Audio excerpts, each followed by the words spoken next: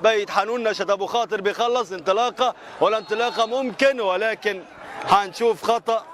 هو لمصلحه اهلي بيت او لمصلحه بيت حنون الرياضي. غسان ابو عوده، هنا شوف الروح بدات روح جميله وروح رائعه من الجماهير وايضا من اللاعبين من لاعبي الفريقين. السلامات على الجهاز الفني لكل فريق، كانت امور ايجابيه وامور رائعه وامور مميزه نتمنى ان تستمر هذه الامور وهذه الظروف. اصدقائي ومتابعينا الكرام، هنا وسام الكحلوت اللي بيرفع كره طويله لكنها بيخلص، والتغطيه حاضره من عبد الكريم،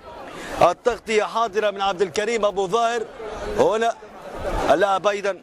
عماد السبع من اللاعبين المميزين الشباب كمان، اللاعب عماد السبع،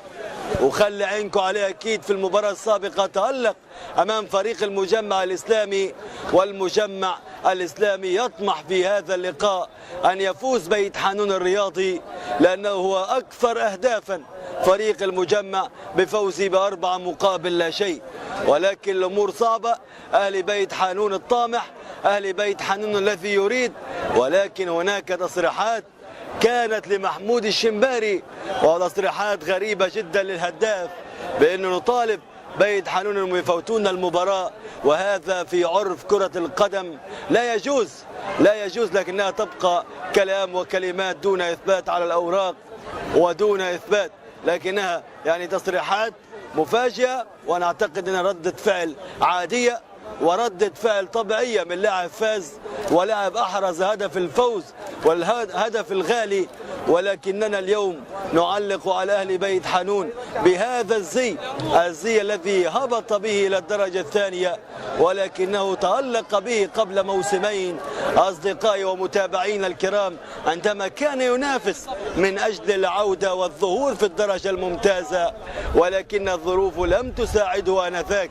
وهبط، وطبعا بقي في الدرجة الأولى. والموسم الماضي أمام خدمات المغازي في اللحظات القاتلة وفي اللحظات الصعبة هبط أهل بيت حنون بعد أن خسر من فريق خدمات المغازي بهدف في اللحظات الماضية، ولكن بهذه الذكريات سأكون مع أهل بيت حنون ولكنها بظروف أحسن. واحد الجماهير قال لي، قال علقت على هبوط أهل بيت حنون وستعلق على صعود أيضا أهل بيت حنون، وأكيد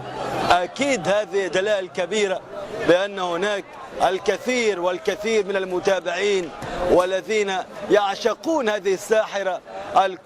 كرة القدم الساحرة المستديرة. متابعين الكرام، هنا في وسط الملعب كرة عند وسام الكحلوت. بالمناسبة وسام الكحلوت لاعب مميز ومدافع مميز، لكنه اليوم بيلعب في